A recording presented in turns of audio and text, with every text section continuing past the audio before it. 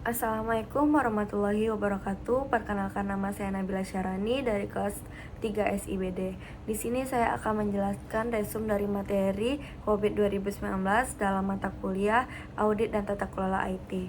Langsung saja kita mulai. Yang pertama itu adalah apa itu COVID 2019? COVID atau Control Objective for Information and Related Technologies 2019 adalah kerangka tata kelola TI yang dikembangkan oleh ISAKA. Nah, tujuannya adalah untuk memastikan TI memberikan nilai bagi bisnis, resikonya dikelola dengan tepat, dan sumber daya dapat digunakan secara efisien. COVID 2019 itu membedakan dua fungsi. Yang pertama itu adalah fungsi tata kelola dan fungsi manajemen.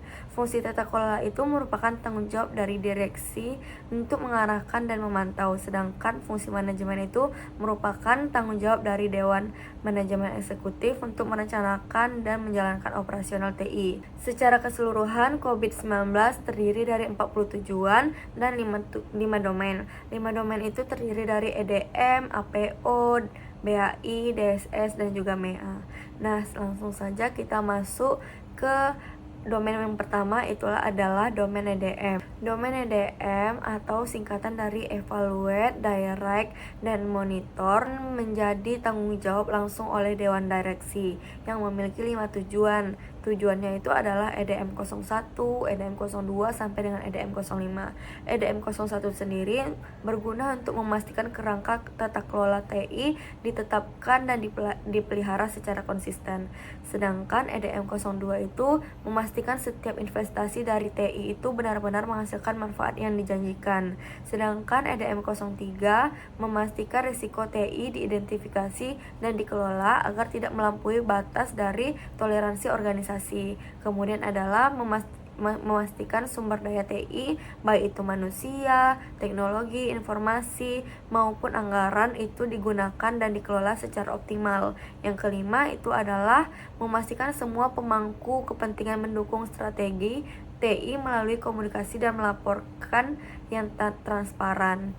Selanjutnya itu adalah domain APO. Domain APO merupakan singkatan dari Align, Plan, and Organize. Nah, domain ini menangani aspek strategis dan organisasional. APO sendiri memiliki 14 tujuan, merupakan domain yang paling luas dibanding domain lainnya. Di antara tujuan-tujuan tersebut adalah pengelolaan strategi TI agar selaras dengan bisnis, pengelolaan arsitektur perusahaan, berguna untuk pengelolaan inovasi dan teknologi baru, kemudian pengelolaan portofolio program TI, serta pengelolaan anggar dan biaya secara transparan, pengelolaan sumber daya manusia dengan baik, pengelolaan hubungan antara tim dan bisnis dengan baik, pengelolaan vendor yang eksternal, pengelolaan kualitas layanan, pengelolaan resiko TI secara terpadu, pengelolaan keamanan informasi, hingga pengelolaan data sebagai aset strategis organisasi. Domain ketiga yaitu adalah BAI atau Build, Acquire, and Implement. Nah, domain ini berfokus untuk pembangunan implementasi solusi TI secara nyata dengan 11 tujuan. Nah, menariknya tantangan terbesar implementasi TI seringkali bukan soal teknis, melainkan resistensi manusia terhadap perubahan. Kemudian itu adalah domain yang keempat adalah domain DSS atau Deliver, Service, and Support untuk menangani operasional TI sehari-hari dengan 6 tujuan. Salah satunya itu adalah memastikan layanan berjalan andal, insiden ditangani dengan cepat, dan bisnis tetap bisa beroperasi bahkan saat terjadi gangguan besar. Kemudian itu adalah domain kelima, yaitu adalah domain MEA. Domain MEA ini merupakan singkatan dari Monitor, Evaluate, and Assess. Domain ini adalah sistem umpan balik bagi seluruh tata kelola TI dengan 4 tujuan utama, yaitu adalah memantau kinerja, memastikan kontrol internal berjalan, menjaga kepatuhan regulasi, dan mendorong asuransi secara proaktif. Nah, selanjutnya itu adalah Goals Cascade dan Design System. Goals COVID 2019 ini juga memiliki mekanisme Goals Cascade, cara menerjemahkan kebutuhan bisnis menjadi tujuan TI yang konkret, melainkan melalui 3 tingkatan. Tingkatan pertama itu adalah tujuan perusahaan, tujuan keseluruhan, hingga 40 tujuan tata kelola.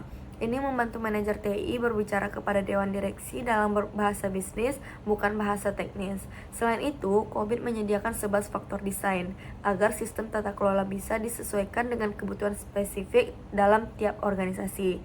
Karena tidak ada satu model yang cocok untuk semuanya. Nah, dari situ dapat diambil kesimpulan, COVID 2019 ini membangun tata kelola TI yang seimbang dari 3 arah, yaitu dari arah atas merupakan oleh Dewan Direksi melalui domain DM, kemudian dari dalam dikelola oleh tim manajemen melalui 3 domain yaitu APO, BAI, dan DSS. Kemudian ada dari sisi pengawasan yaitu melalui MEA. Demikian presentasi saya, semoga bermanfaat. Wassalamualaikum warahmatullahi wabarakatuh.